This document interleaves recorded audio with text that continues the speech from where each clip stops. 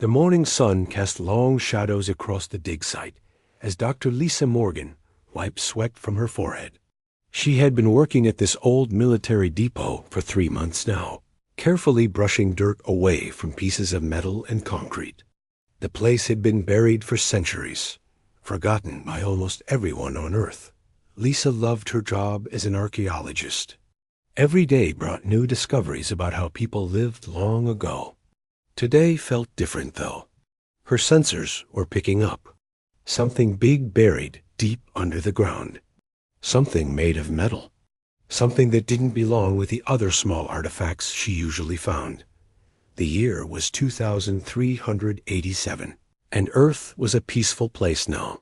Humans had joined the Galactic Federation over 200 years ago. Most people had forgotten about the old wars that happened on Earth. They were more interested in exploring space and making friends with aliens from other planets. Lisa's team worked, slowly and carefully. They used small brushes and special tools to remove dirt without damaging anything underneath. As the hours passed, more and more metal appeared. It was dark green paint, chipped and faded, but still visible. Lisa's heart began to beat faster. This looked like something from the old wars. By lunchtime, they had uncovered what looked like a big metal box with tracks on the sides. Lisa had seen pictures of these machines in history books. It was a tank from World War II, one of the great wars that happened on Earth hundreds of years ago. But this one looked different. It was in much better condition than it should be. The tank sat in an underground garage that had protected it from weather and time. Someone had covered it with a thick cloth before the building collapsed around it. The cloth had rotted away, but it had done its job. The tank looked like it could still work. Lisa called her supervisor right away. Professor John Baker arrived within an hour, bringing more workers and better equipment. They spent the rest of the day carefully removing dirt and debris from around the tank. What they found amazed them. The tank was a German Panzer, painted in dark green with yellow numbers on the side. Someone had painted a wolf's head on the front with the words Iron Wolf written below it in faded white letters. The tank's main gun pointed straight ahead, and its thick armor showed signs of battle damage. Small holes and dents covered the metal, but none had gone all the way through. More importantly, the tank's engine and mechanical parts were in good condition. Over the years, different people had used this underground space as a workshop. They had kept the tank's systems working, probably not knowing what they were maintaining. The fuel system had been updated with newer parts, and the engine oil was clean. Lisa opened the tank's heavy metal door and climbed inside. The interior was cramped and smelled of old metal and oil. 4 seats surrounded the main gun, with controls, and gauges everywhere. Everything was labeled in German, but Lisa could read some of it. Her studies had included several Earth languages. The radio crackled to life when she turned it on. The ammunition storage area held several large shells, still in good condition after all these years. Lisa couldn't believe it. This wasn't just a museum piece. This was a working war machine from Earth's violent past. That evening, Lisa was writing her report when news broadcasts began showing troubling images from space. The Zephyrian Empire, a race of tall, gray-skinned aliens with advanced technology, had declared war on human colonies in the outer rim of the galaxy. Their ships were attacking human settlements, and their ground forces were winning every battle. Captain Jake Sullivan appeared on the news, his uniform dirty and his face tired. He commanded a Federation Defense Corps unit that had just escaped from a destroyed colony. His words made Lisa's blood run cold. "Their weapons are too powerful," Jake said to the reporter. "Our energy shields can't stop their plasma cannons. Their hover tanks move faster than anything we have, and our laser weapons can't get through their defenses. We've lost 3 colonies already, and they're heading for Earth." The news showed video from the battles. Zephyrian hover tanks floated above the ground, glowing with blue energy. Their weapons fired bright streams of superheated plasma that melted through human armor like it was made of paper. Human soldiers ran in panic as their own weapons bounced harmlessly off alien energy. Shields. General Vextar, the Zephyrian commander, appeared on screen next. He was tall and thin, with pale gray skin and large black eyes. When he spoke, his voice was cold and full of contempt. "Humans are a weak species," he said. "Your weapons are primitive. Your soldiers have no honor. We will destroy your colonies, one by one, and then we will come for your home world. Earth will burn, and you will surrender to the Zephyrian Empire." Lisa turned off the news and looked out her window at the dig site. In the darkness, she could just make out the shape of the Iron Wolf under its protective covering. An idea began to form in her mind. It was crazy, but it might be the only chance humanity had. The Zephyrians had never fought against old Earth weapons. Their shields and armor were designed to stop energy weapons like lasers and plasma cannons. But what about solid metal shells? Fired from a chemical cannon? What about a machine that used gears and metal instead of computers and energy cells? Lisa picked up her phone and called Colonel Ben Harris, the local Federation defense commander. Harris was known for his interest in military history. If anyone would understand the importance of her discovery, it would be him. "Colonel Harris," she said when he answered. "This is Dr. Morgan at the archaeological site. I need to see you right away. I think I've found something that might help us win this war." The Iron Wolf sat quietly in its underground tomb, waiting for a chance to fight again. Colonel Ben Harris arrived at the dig site before sunrise. He was a tall man with gray hair and sharp eyes that missed nothing. Lisa met him at the entrance to the underground garage where the Iron Wolf waited in the darkness. "Show me what you found, Doctor," Harris said as they walked down the concrete steps. Lisa turned on the lights and pulled away the covering. The Iron Wolf sat there like a sleeping giant, its dark green paint gleaming under the bright bulbs. Harris stopped walking and stared at the tank for a long moment. "My God," he whispered. "It's a Panzer IV. I haven't seen one of these outside of a museum in 50 years. Harris walked around the tank slowly, running his hands over the thick armor. He knew military history better than most people, and he understood what this machine represented. While the galaxy had moved to energy weapons and plasma technology, this old tank was built for a different kind of war. "Does it still work?" Harris asked. "The engine starts," Lisa said. "Someone has been maintaining it over the years. The mechanical systems are in good condition." Harris climbed into the tank and looked around the cramped interior. He turned switches and checked gauges. The engine rumbled to life when he pressed the starter button. The sound echoed through the underground space like thunder. "We need a crew," Harris said. "People who can operate this machine and understand how it works." Within hours, Harris had assembled a team of volunteers. Jimmy Rodriguez was a young mechanic who worked on old Earth machinery for museums and collectors. He understood engines and mechanical systems better than anyone on the base. His hands were always covered in grease, and he could fix almost anything. Kate Williams had been a pilot in the Federation Defense Corps before she retired. She knew tactics and combat better than most officers. She was small and quick, with short brown hair and green eyes that saw everything. She had volunteered to help because her brother had died in the first Zephyrian attack. Sam Parker was an engineer who specialized in adapting old technology to work with modern systems. He was tall and thin, with thick glasses and a quiet way of speaking. He could make almost any machine work better than it was designed to.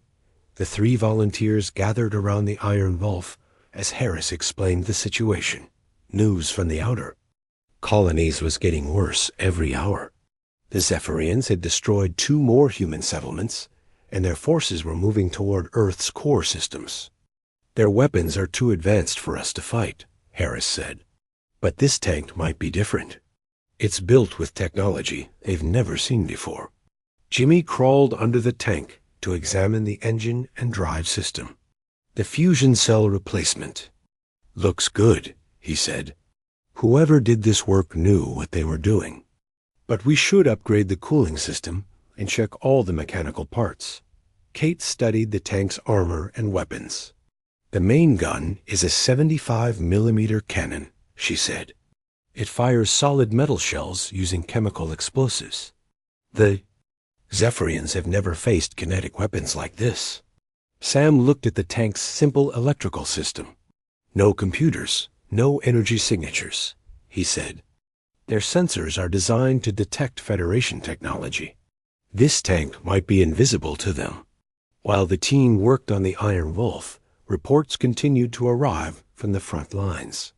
Admiral Susan Clark had led the Federation's main battle. Fleet against the Zephyrian forces at Proxima Station. The battle had been a disaster. The news footage showed Federation ships firing bright blue laser beams at Zephyrian vessels. The alien ships glowed with protective energy fields that absorbed every shot.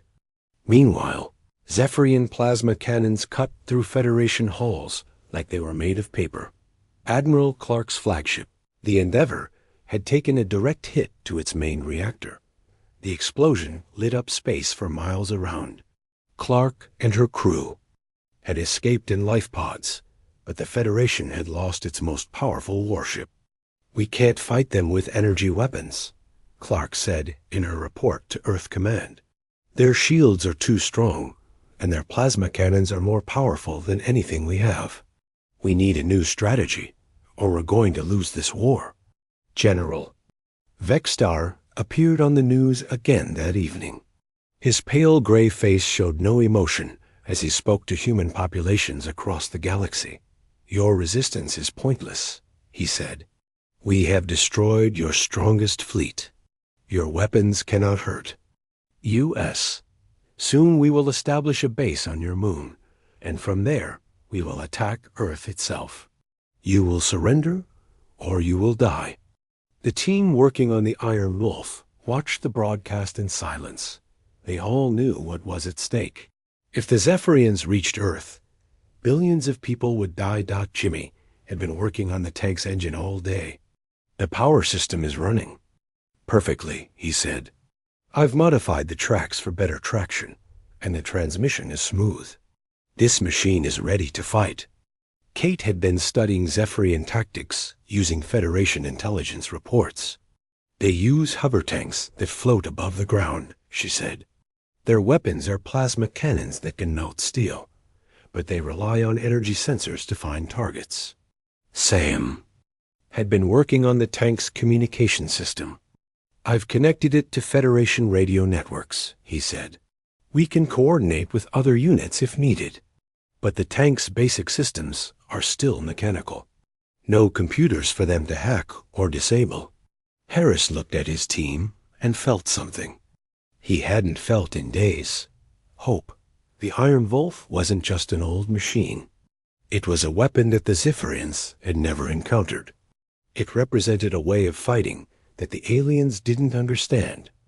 Intelligence reports say the Zephyrians will establish a forward base on Luna before attacking Earth, Harris said. That's where we'll hit them, right in their own backyard. The plan was simple but dangerous. They would smuggle the Iron Wolf to the moon using a civilian transport ship. The tank's simple construction should let it avoid enemy sensors. Once on Luna, they would attack the Zephyrian base directly. It was a desperate plan, but it was the only chance they had. The team continued working through the night, preparing the Iron Wolf for what might be humanity's last battle. Outside, the stars looked down on Earth like distant eyes. Somewhere among them, the Zephyrian fleet was coming closer every hour. But in the underground garage, an old tank waited patiently for its chance to fight again. The Zephyrian fleet arrived at Earth's outer defenses 3 days later. Their ships were sleek and silver, floating through space like deadly fish. General Vextar's command vessel was the largest, covered in glowing energy weapons that could destroy entire cities. Colonel Harris watched the alien fleet through his office window. Earth's orbital defense stations were firing everything they had, but their laser beams bounced harmlessly off Zephyrian shields. The enemy ships moved closer to the planet with each passing hour. "Intelligence confirms it," Lieutenant Amy Stone said as she entered Harris's office. "The Zephyrians are building a forward base on Luna. They've landed 12 heavy transport ships and started construction." Harris nodded grimly. The plan was working exactly as predicted. The aliens always followed the same pattern when attacking a planet. First, they established a base on the nearest moon, and they launched ground forces to capture the target world down in the underground garage. The Iron Wolf team was making final preparations. Jimmy had spent 2 days modifying the tank systems for Luna's low-gravity environment. The tracks now had special grips for moving on loose moon dust, and the engine had been adjusted for operating in a vacuum. "The environmental suits are ready," Kate said as she checked her equipment. The crew would have to wear sealed spacesuits inside the tank since Luna had no atmosphere. It would make fighting more difficult, but they had practiced for hours until the movements felt natural. Sam had installed new communication equipment that would work in space.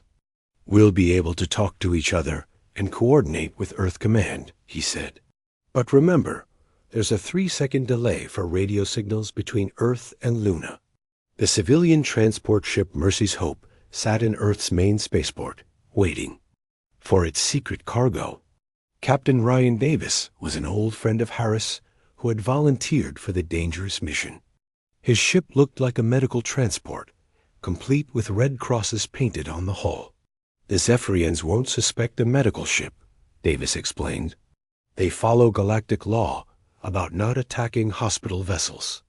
We should be able to reach Luna without being stopped."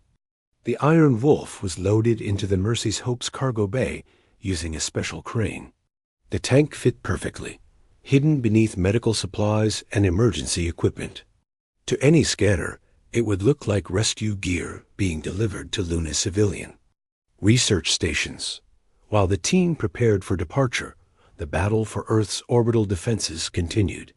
The Federation's remaining ships fought bravely, but they were clearly losing. Zephyrian plasma cannons tore through human hulls while their energy shields absorbed every attack. Captain Maria Santos commanded the Federation destroyer Valiant. Her ship had been hit 6 times, and fires burned on 3 decks. "We can't hold them much longer," she reported to Earth Command. "Their weapons are too powerful." The news broadcasts showed the same story everywhere. Human forces were retreating or being destroyed. Zephyrian hover tanks had landed on 3 colonies and were advancing with no resistance. Their plasma weapons melted through everything humans could build. General Vextar appeared on every communication channel, his cold voice echoing across human space. "Your orbital defenses are broken," he announced. "Tomorrow we will begin the final assault on Earth. Surrender now, and some of your people may be allowed to live as servants." But Harris wasn't listening to alien threats. He was focused on the reports coming from Luna.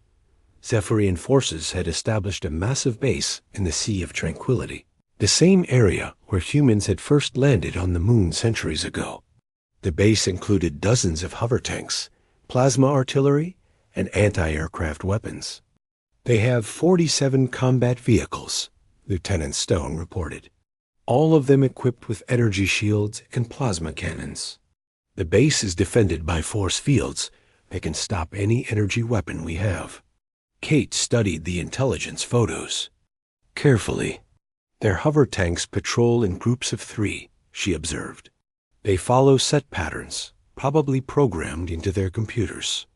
They're not expecting ground-based threats." Sam looked at the base's layout and pointed to several weak spots. Their sensors are all designed for detecting spaceships and energy weapons, he said. They won't be looking for a single tank moving. On the surface, Jimmy checked the Iron Wolf's ammunition one more time. They had 20 high-explosive shells for the main gun, plus machine gun bullets for the smaller weapons. It wasn't much ammunition for attacking an entire alien base, but it would have to be enough. The night before departure, Harris gathered the team for a final briefing.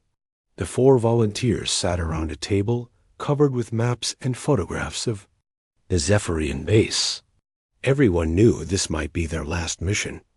The Federation fleet will launch a diversionary attack tomorrow morning, Harris explained. It should draw most of the Zephyrian ships away from Luna. That's when the Mercy's Hope will make its approach. The plan called for the transport ship to land near a crater about 5 miles from the alien base. The Iron Wolf would deploy from the cargo bay and approach the base under cover of the lunar terrain. With luck, the Zephyrians wouldn't detect the tank until it was too late. Remember, their shields are designed to stop energy weapons, Harris said. Your kinetic shells should pass right through their defenses. But you'll only get one chance. If they realize what's happening, they'll concentrate all their fire on you. Kate nodded seriously. As the tank commander, she would be responsible for tactical decisions during the battle. We'll hit them fast and hard, she said. Target there. Command vehicles first, then work our way through the base. Jimmy was confident about the Iron Wolf's mechanical systems. The tank will hold together, he promised. It was built to take punishment and keep fighting. Sam had programmed their communication systems for the mission. We'll have constant contact with Earth, he said, and I've loaded detailed maps of the lunar surface into our navigation system. That night, the Mercy's Hope launched quietly from Earth's spaceport. To outside observers, it looked like a routine medical mission. To Luna's research stations, Captain Davis flew carefully, avoiding the battle zones where Federation and Zephyrian ships were still fighting in the cargo bay. The Iron Wolf sat silently in the darkness. Its crew slept in the narrow bunks provided for medical personnel, trying to rest before the battle ahead. Outside the ship's windows, Luna grew larger with each passing hour. The moon's gray surface was scarred with new craters from the Zephyrian landing. Strange lights glowed where the alien base had been constructed. General Vextar himself was down there, preparing for his final assault on Earth. But he had never faced an enemy like the Iron Wolf. The old tank carried within its steel, all the determination and fighting spirit of the human race. Tomorrow, the galaxy would learn that sometimes the oldest weapons are the most dangerous. The Mercy's Hope touched down on Luna's surface just before dawn, Earth time. Captain Davis had found a perfect hiding spot in a deep crater about 5 miles from the Zephyrian base. The ship's landing was silent in the airless environment of the moon. We're down, Davis whispered into his radio. No sign that anyone detected us. The diversionary attack is working. High above them, the Federation fleet was fighting desperately against Zephyrian ships. Explosions lit up the darkness of space as human vessels sacrificed themselves to keep enemy attention away from the lunar surface. Admiral Clark was leading the attack personally, knowing it was probably a suicide mission in the Mercy's Hopes. Cargo Bay, the Iron Wolf team suited up in their environmental gear. The spacesuits were bulky and made movement difficult, but they were necessary for survival on Luna. Each suit had its own air supply and heating system. Kate checked her suit's communication system one last time. Radio check, she said. Jimmy. Sam, can you hear me? Clear as day, Jimmy replied from the driver's position. His hands were already on the tank's controls, feeling the familiar vibration of the engine through his gloves. All systems ready, Sam reported from the gunners. Seat. He had loaded a high-explosive shell into the main cannon and was checking the targeting system. The cargo bay doors opened slowly, revealing Luna's gray landscape. Strange towers and glowing structures marked the Zephyrian base in the distance. Enemy hover tanks floated between the buildings like bright blue ghosts, their energy shields casting an eerie light on the moon dust. Jimmy drove the Iron Wolf down the cargo ramp and onto Luna's surface. The tank's tracks bit into the loose dust, throwing up clouds of particles that hung in the airless environment longer than they would on Earth. The reduced gravity made the tank feel lighter, but Jimmy had practiced for this. "Movement feels good," Jimmy reported. "The track modifications are working perfectly." Kate used the tank's periscope to study the enemy base. It was even larger than the intelligence photos had shown. Dozens of Zephyrian vehicles moved in patrol patterns between towering energy generators and communication arrays. At the center of the base, a massive command structure glowed with alien technology. "I count 43 enemy vehicles," Kate sighed quietly. "Most of them are standard hover tanks, but there are some larger ones that look like artillery pieces."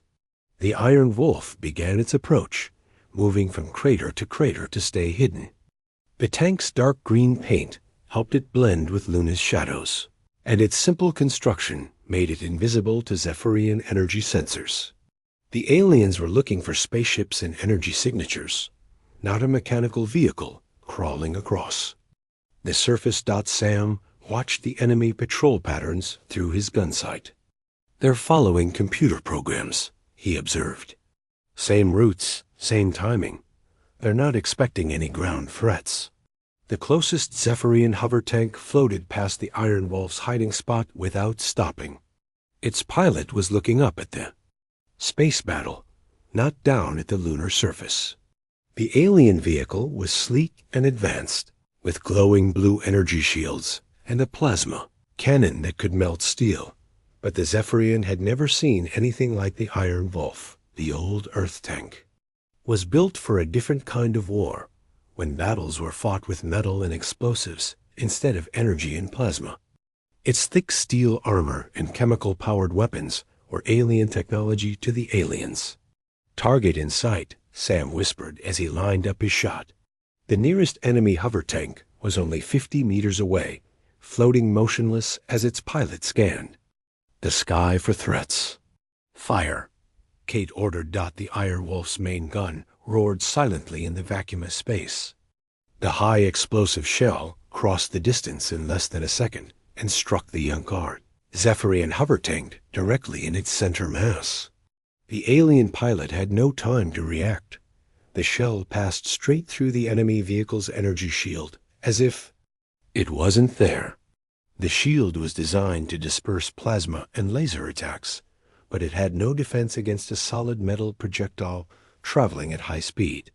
The explosion tore the hover tank apart, sending pieces of alien metal flying across the lunar landscape. "Direct hit," Sam reported with satisfaction. "Their shields don't work against our shells." But the explosion had given away the Iron Wolf's position. Alarm signals began flashing throughout the Zephyrian base. Enemy hover tanks turned toward the crater where the old Earth tank was hiding, their plasma cannons charging with deadly energy. "They've spotted us," Kate said. "Jimmy, get us moving. We need to reach the base before they can organize their defenses." The Iron Wolf burst from its hiding place and charged across the open ground toward the enemy base. Its tracks threw up huge clouds of moon dust as Jimmy pushed the engine to maximum power. The tank bounced and jolted over the rough terrain, but its sturdy construction held together. Zephyrian hover tanks converged on the Iron Wolf from all directions. Their plasma cannons fired streams of superheated energy that lit up the lunar landscape like lightning. Most of the shots missed, but several struck the tank's armor directly. The Iron Wolf's steel plating glowed red-hot where the plasma beams hit, but the armor held. The tank had been designed to withstand the high explosive shells of World War II, and its simple metal construction absorbed energy weapons better than modern composite materials. "Armor's holding," Jimmy shouted over the sound of the engine. "But it's getting hot in here." Sam fired the main gun again, destroying another Zephyrian hover tank. Then again, and a third enemy vehicle exploded in a ball of flame and metal. Each shot proved that the aliens' advanced shields were useless against kinetic weapons. The Iron Wolf crashed through the outer perimeter of the Zephyrian base, its machine guns chattering as it engaged enemy infantry. Alien soldiers empowered. Armor tried to stop the tank with handheld plasma weapons, but their shots had no effect on the thick steel hull. Kate directed the tank toward the base's command center, where the largest enemy vehicles were concentrated. "That's where their commander will be," she said.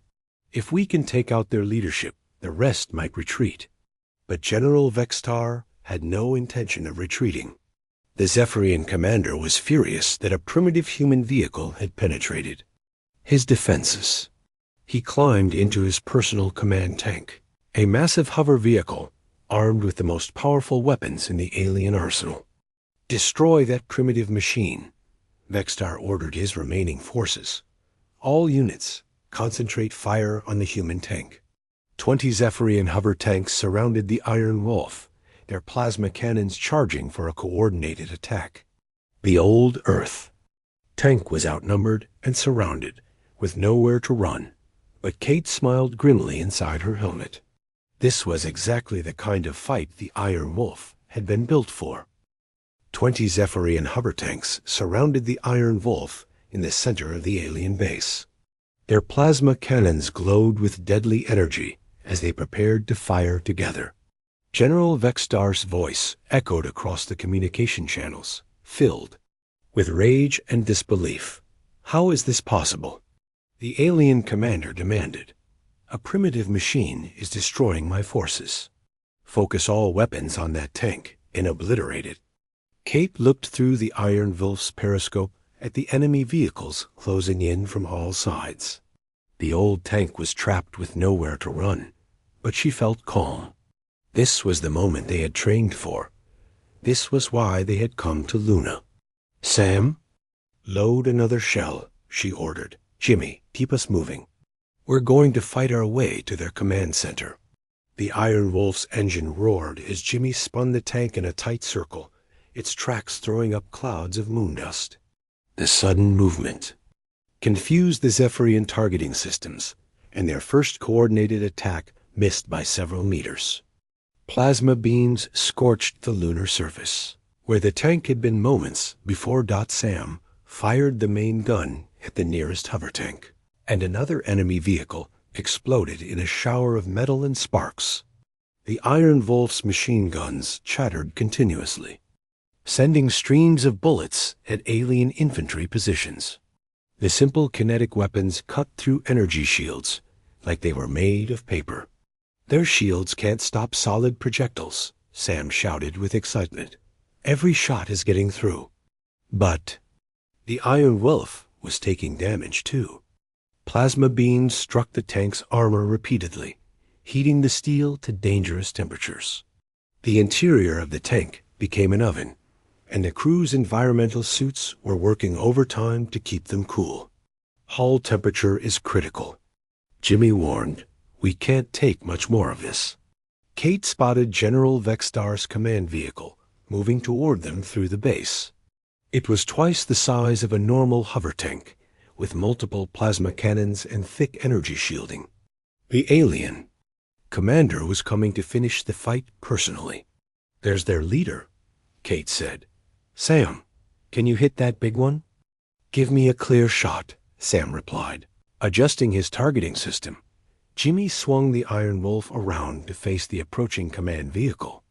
The two machines moved toward each other across the devastated lunar base like ancient knights preparing for single combat. Behind them, explosions and energy beams lit up the airless night. General Vextar's voice crackled over the radio channels. "I will crush you myself, primitive human. Your pathetic machine is no match for Zephyrian technology." The alien command vehicle fired first, its main plasma cannon unleashing a beam of energy that could melt through a battleship's hull. The shot struck the Iron Wolf's front armor directly, turning the steel white-hot. For a moment, it seemed like the old tank might finally be destroyed, but the Iron Wolf kept moving. Its thick armor held, and Jimmy drove straight toward the enemy commander. The tank's steel hull glowed like a star, but its mechanical systems continued to function perfectly. "Impossible," General Vextar whispered. "How can such primitive technology survive?" Sam had been waiting for this moment. As the two vehicles, close to point-blank range, he fired the Iron Wolf's main gun directly into the Zephyrian command vehicle's center mass. The high-explosive shell punched through the alien's energy shields and detonated inside the hover tank's main compartment. Explosion was tremendous.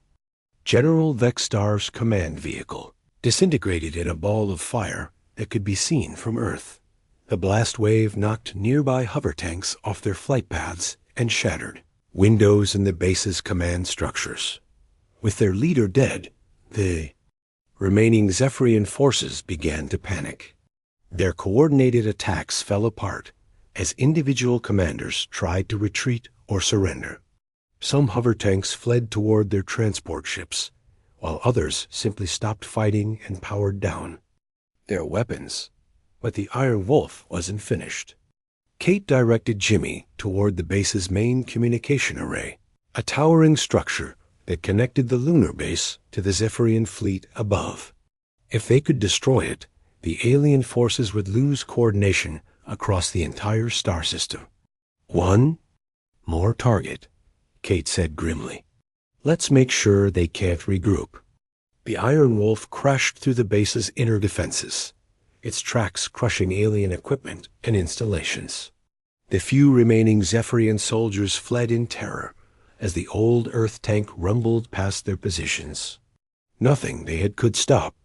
This primitive machine. Sam loaded the last high-explosive shell into the main gun.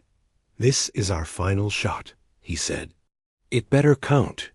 The communication array loomed above them like a metal mountain, covered in alien technology and energy conduits. At its base, emergency lights flashed as Zephyrian technicians tried desperately to maintain contact with their fleet. "Fire," Kate ordered. The Iron Wolf's final shot struck the communication array's main power coupling.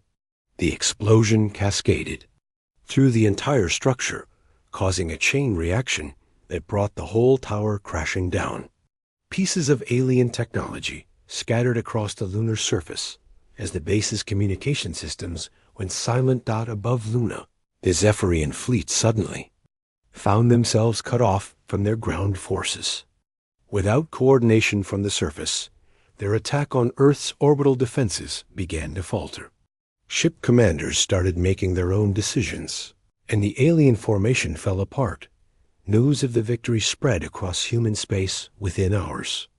The impossible had happened. A single old Earth tank had destroyed an entire alien army and saved humanity from conquest. The Iron Wolf had proven that advanced technology meant nothing without the courage and determination to use it properly. Captain Davis landed the Mercy's Hope near the Iron Wolf's position to recover the tank and its crew. The old machine was battered and scarred, its armor blackened by plasma fire, but it was still running. Jimmy drove it up the cargo ramp one last time, grinning inside his helmet. "Mission accomplished," Kate reported to Earth Command. "The Zephyrian base is destroyed, and their commander is dead." The Zephyrian Empire, faced with the loss of their best general and the failure of their invasion, quickly sued for peace. They had learned a valuable lesson about underestimating human ingenuity and fighting spirit. The Iron Wolf was returned to Earth as a hero. Dr. Lisa Morgan oversaw its restoration and placement in the Terran War Memorial, where millions of visitors came to see the tank that had saved the world. The crew became legends, their names spoken with respect throughout human space. But the real victory was what the Iron Wolf represented.